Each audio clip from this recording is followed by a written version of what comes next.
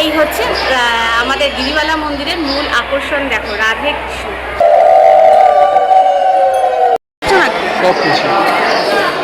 আমি আজকে চলে এসেছি গিরিবালা মন্দিরে। এখানে পানিহাটি গিরিবালা গঙ্গার ঘাটে এখানে গিরিবালা মন্দির আছে। তোমাদের এই গিরিবালা মন্দিরের ভিডিও আমি আগেও দিয়েছি, অনেক আমার চ্যানেলে আছে আরও 2 কি 3টে। তো আজকেও আমি দিলাম, কারণ আজকে হচ্ছে এই গিরিবালা মন্দিরে অন্নপূর্ণা মায়ের পুজো। গত বছরও অন্নপূর্ণা মায়ের পুজোতে আমি কিন্তু তোমাদেরকে এই ভিডিও দিয়েছিলাম। তো আজকেও আমি সেই ভিডিও নিয়ে চলে এসেছি তোমাদের কাছে। Welcome back to my channel blog with Kakuli. আজকে আমি আছি গিরিবালা মন্দিরে। তো দেখো গিরিবালা মন্দিরের পাশে আমি দাঁড়িয়ে আছি। আজকে চলছে এখানে অন্নপূর্ণা মায়ের পুজো। তো সেই অন্নপূর্ণা মায়ের পুজোতেই আমি আজকে চলে এসেছি এখানে। তো সবাইকে স্বাগত জানি। আমি আজকে ভিডিওটা শুরু করছি। দেখো আমি একদম মন্দিরের সামনে দাঁড়িয়ে আছি। এই হচ্ছে মন্দির আর এই হচ্ছে গঙ্গার ঘাট যাওয়ার রাস্তা। আর এখানে দেখো প্রচুর মানুষের ভিড় হয়েছে, কারণ আজকে কিন্তু এখানে একদম বিনামূল্যে প্রসাদ খাওয়ানো হয়। তো সেই কারণে এখানে প্রচুর মানুষ আসে, দূর দূরান্ত থেকে মানুষ আসে। আর এই হচ্ছে নাট মন্দির, আর এই নাট মন্দিরে চলছে অন্নপূর্ণা মায়ের পুজো। তো এই সামনেই রয়েছে অন্নপূর্ণা মায়ের মূর্তি। আর এখানে দেখো যজ্ঞ চলছে। এই যে এখানে যজ্ঞ চলছে, সবাই যজ্ঞের এখানে বসে আছে গোল করে। আর প্রচুর মানুষ দেখো ভিড়। আর এই হচ্ছে মায়ের মূর্তি এখানে রাখা, প্রত্যেক বছরই এখানে রাখা হয় মায়ের মূর্তি, ভীষণ সুন্দর লাগে দেখতে। আর এই দেখো এখানে যজ্ঞের আহুতি চলছে।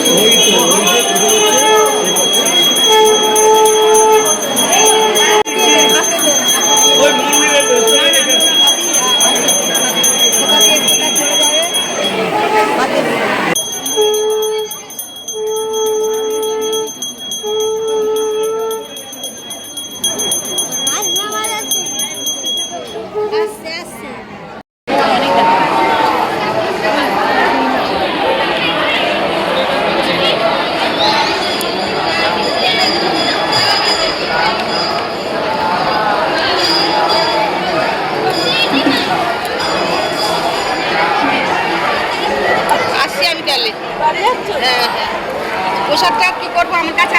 দেখো এখানে যজ্ঞ চলছে এখনো, এই যজ্ঞের কাজ চলছে। আর প্রচুর মানুষ রয়েছে এখানে ঘিরে বসে রয়েছে নাট মন্দিরে।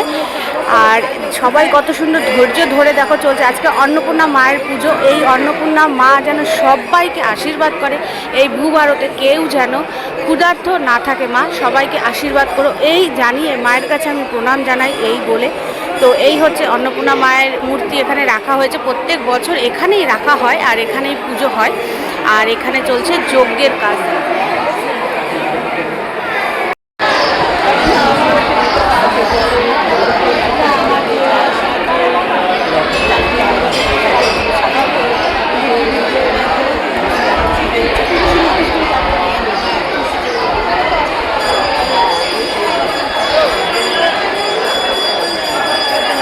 দেখো অন্নপূর্ণা মায়ের ছবিটা তোমাদের আরেকটু ক্লোজ আপে দেখাই। দেখো মহাদেব এখানে অন্নপূর্ণা মায়ের কাছে কিন্তু এরকমভাবে ভিক্ষা চায়। এই হচ্ছে অন্নপূর্ণা মায়ের রূপ, যে জগৎবাসীর জন্য মহাদেব এইভাবে অন্নপূর্ণা মায়ের কাছে চাইছে। তো এই যে মহাদেবের যে ঝুলিটা দেখছো, ওই ঝুলিতে কিন্তু চাল আছে। ওখান থেকেই গত বছরে আমাকে চাল দিয়েছিল এবং আঁচলে বেঁধে নিয়ে আমি গেছিলাম, নিয়ে যেতে হয়। এবছরও দেখছি আমি নেব, চেষ্টা করব, যদি পাই তো অবশ্যই নেব। এখানে এখন যেহেতু যজ্ঞ চলছে, প্রচুর মানুষের ভিড় রয়েছে। তো আমি পরে আরেকটু সামনে থেকে তোমাদেরকে দেখাবো কত লোকের এখানে আজকে সমাগম হয়েছে। প্রচুর মানুষ কিন্তু আজকে এখানে অন্নপূর্ণা মায়ের ভোগ খেতে এখানে উপস্থিত হয়। এখানে প্রচুর মানুষ, দেখো সেই মাথা থেকে মানুষ ঢুকছে।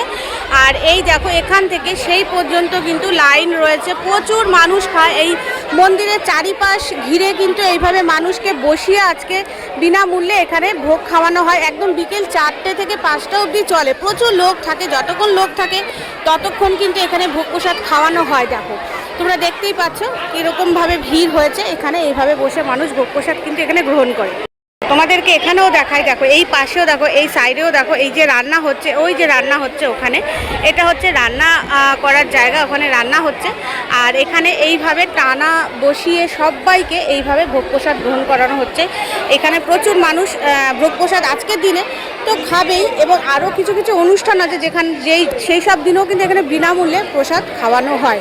তো আজকের দিনেও বিনামূল্যেই হচ্ছে। চলো এবার আমি দেখে নিই এই মন্দিরের যে মূল আকর্ষণ রাধে কৃষ্ণ, তাকে দেখে নিই।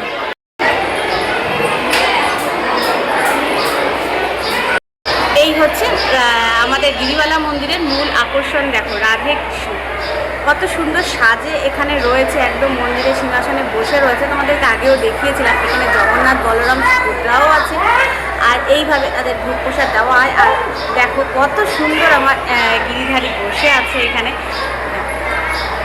মুখটা দেখাই, চোখটা দেখাই, দেখো চোখ দেখলেই যেন মন জুড়ে যায়। একবার নয় বারবার আসতে ইচ্ছা করে, এখানে দেখা করতে আসতে ইচ্ছা করে। দেখো রাধারানীকে দেখো, রাধারানীর মুখটাও দেখো কত সুন্দর লাগছে। আজকে তো দারুণ সাজিয়েছে।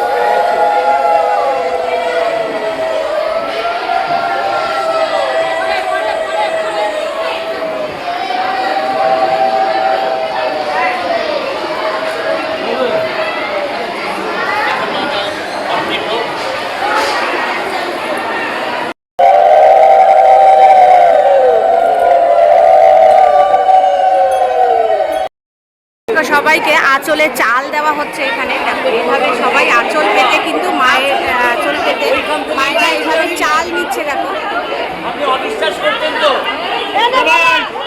ভাই, আমাকে একটু দিতে ভাই।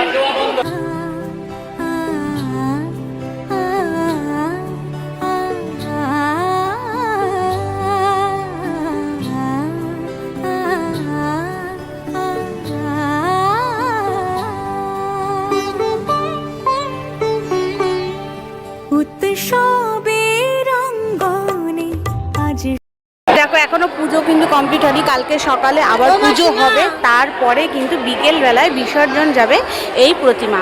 তো এখনো পুজো কমপ্লিট হয়নি, আগামীকালও পুজো হওয়া বাকি আছে। দেখো পুজো হয়েছে, আর আগামীকাল এখানে বিসর্জন হবে।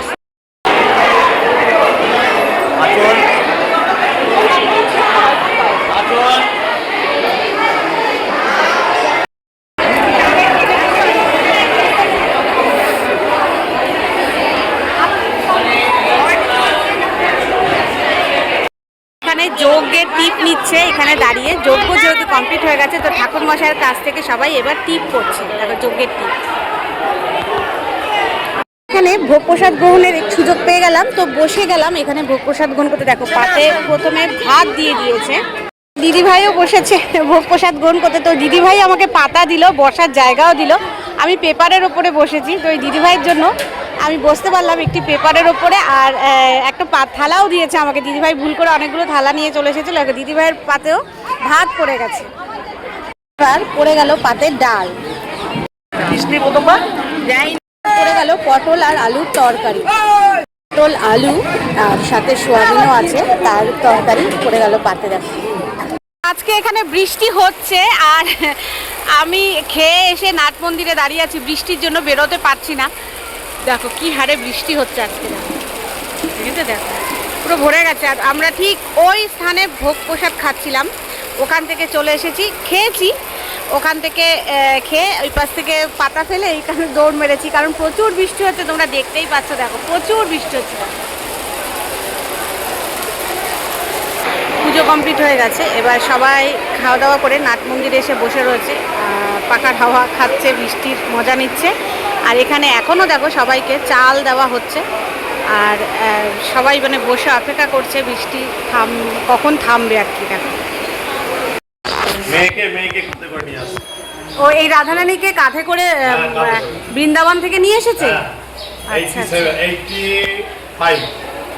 আচ্ছা আচ্ছা। আর কোষ্ঠী পাথরের না এই গোবিন্দ এখানে ছিল, রাধারানী যে ছিল শ্বেত পাথরে, আচ্ছা সেটা এখানে তখন না, যখন মহারাজজি প্রথম যখন বললো যে এটা আপনি নিতে হবে, তখন মহারাজজি প্রথম ফার্স্ট এসে না এখানে সবাই না সব দখল করে সব বসেছিল, সব আচ্ছা সব জেলেপাড়া, সব এখানে জেলেপাড়া তো। আচ্ছা মহারাজজি ঢুকতেই দেয়নি তাকে, মহারাজজি নিজে একা এসে না ওই যে পাঁচটা দেখতে পাচ্ছেন না, ওখানে একটা গেরুয়াটা পেঁধে রাত্রিবেলা যে সুতো। আচ্ছা আচ্ছা আচ্ছা। তারপরে এদের সঙ্গে বায়ে করে টাকা পয়সা সমস্ত কিছু দিয়ে সেই জায়গাটা থেকে উদ্ধার হয়।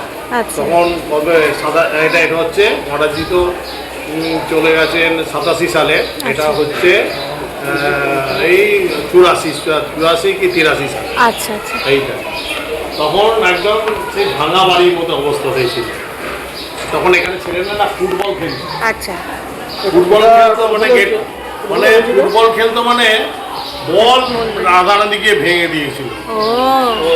সেই সাদা রাধারানী ছিল, আছে রাখা আছে সেইটা।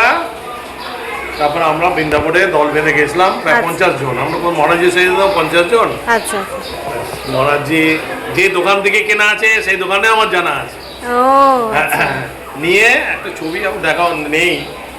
তা মহারাজজি প্রথম যে জায়গায় আমরা থাকতাম না, সেই জায়গায় একটা টেবিলে রাধারানীকে রাখলো, রেখে এইবার যা ওই বৃন্দাবনে যা খাবার পাওয়া যায় সেই সবাই মিলে রাধারানীকে চাপা পড়ে গেছে।